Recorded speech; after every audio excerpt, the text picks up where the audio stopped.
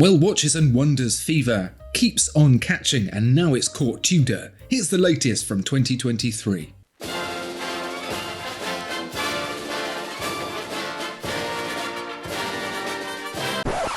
Tom, as someone with less money, you're quite a fan of Tudor. Yeah, I like their price point, and I like their designs for the most part. Me too, and I think as well, it really stands up as the enthusiast version of Rolex, where Rolex goes off and makes all sorts of whatever it is, puzzle dials and balloons and blah.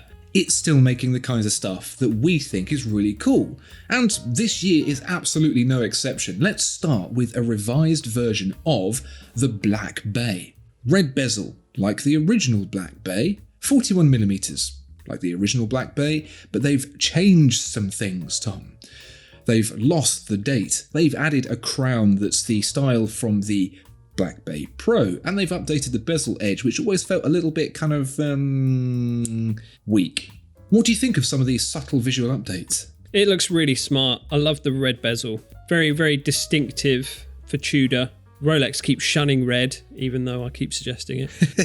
So yeah, this is great. I love it on the rubber strap. It's great. Or the 5-link stainless steel, which I guess is, what is that, Jubilee? Yeah, they don't want to call it Jubilee, but it's Jubilee. And you failed to mention the Tudor T-Fit rapid adjustment clasp, which is one heck of a clasp. Lots of lovely little quality of life items there, like those new straps that you mentioned, but also now METAS certified. I don't really understand this. Rolex uses COSC, Tudor has used COSC, Omega uses METAS, this is now METAS, although when you go on the product page, it still says COSC, as well as METAS. Yeah. If you look at the video, it says movement, COSC and METAS. So I think it's both. I'm just checking with METAS to make sure. It's like getting a second opinion from your doctor. Yeah. I've also noticed, Tom, that they've changed the handset for this watch as well. The minute hand is slightly more tapered towards the middle. Quite a sweet little update.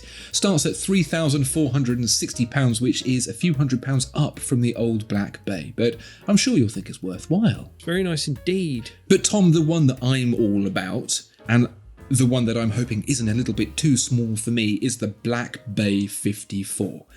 Now, the Black Bay 58 is the watch that I have, and I really like it, but there are a few little bits and pieces that I would really like to change, and this watch changes them. Ooh. This is based on the first Tudor Submariner from 1954. Now, if you'll recall from the Rolex video, we mentioned that the Rolex Submariner from 1953 should have been having an anniversary this year, but I actually think it was made in 1954, as do a lot of other people, alongside the Tudor Submariner 54, which is confirmed here with the 54, so I wonder if they really are going to switch the Rolex Submariner over to 54. Well, I like the way how you suggested that they use Tudor as a testing ground for certain things, and they're testing out the year 54. If 54 resonates with people with this Tudor, then maybe they will celebrate the Submariner for being born in 1954. Who knows? Oh, that is so cynical, but probably so very true. So this thing gets details from that 1954 Submariner. So the gold and red markings on the bezel are swapped out for silver. The dial is still black and gold, but the hands and markers have been slightly updated. But the big thing here is that it's 37mm, not 39. So I don't know if that's going to be a pinch too small for someone like me. But the bit that I like the most is the fact that they've changed the old meh crown out again for the pro style crown, and they've updated the bezel so the teeth are a bit chunkier, so it all feels more solid. Rubber strap comes out, as well as the riveted bracelet, which some people will moan about. Starts at £3,030. Movement's just COSC, no METAS. This is the METAS certificate must be in the post for that one. Moving on to some stuff that's perhaps less exciting, but I think just really quality of life things. Black Bay 31, 36, 39 and 41, now with blue anthracite and light champagne dials, and the T-Fit clasp. Starts at £3,110 all the way up to £3,370. These are your go-tos, aren't they? These are your classics. But they are more expensive than the 54. Oh, really? That is weird. I don't know why. Yeah, so it looks like all the steel variations have been replaced with these new versions, with or without diamonds. So, yeah, good. They've also updated the Black Bay GMT, but not with quite the same vigour as the previous watches. This watch still retains the old crown, still retains the date display on the dial. Everything is pretty much the same, except it gets now a silvery opaline dial. It's not white, they're keen to point out, it's opaline. Yeah, that's quite nice. And it looks particularly cool on the black and red fabric strap there. So yeah, I really like that. It's nice. Harks back to the GMT masters that were made for Pan Am executives, which had white dials supposedly. It's a nice combo. And it's where you'll see some of that playing with the mythology of Rolex's past, where Rolex doesn't tend to do that so much. Starts at £3,330. Now, the last watch in the main Tudor lineup for this year is an update to the Tudor Royal. In 28, 34, 38 and 41mm, you now get brown and salmon dials. You excited by that?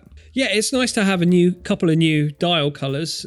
So that takes the Tudor Royale variations up to 70.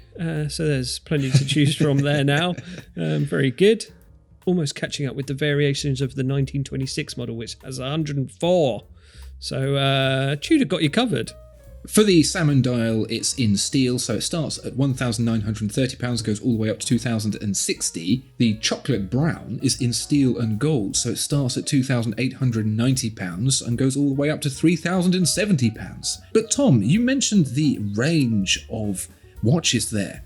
That sounds like the kind of work of a manufacturer with a lot of automated assistance, and Tudor for some reason was very keen to show off its brand new shiny automated and very vocal fry new manufacture. Yeah, it seems to be pushing that loud and clear, the fact that its manufacturer is state of the art and highly automated. Their Watches and Wonders video showcasing these new releases is narrated by the manufacturer, like the actual facility. But it sounds like a high schooler. Hi, my name's Bri. I'm just your average high schooler. That is until my spirit merged with a Swiss watch factory. So this is my life now. Back to me now. Designed to assist all these talents in crafting watches, I had to grow just a little massive. Like 10,642 square meters, 150 meters long and 20 meters high. And huge, fully automated, stock, fast. Another abominable advert from Tudor. David Beckham's in there somewhere. So Lost on the roof. Some say he's still up there. Yeah. But there you go, the latest hot stuff from Tudor. The 54 was my clear winner there, Tom. Any takeaways from you? I like the red one. Tom likes the red one. Dear viewer and listener, let me know which you like, and are there any watches that you had hoped that they would release and didn't? Until the next Watches and Wonders 2023 video, bye. Bye-bye.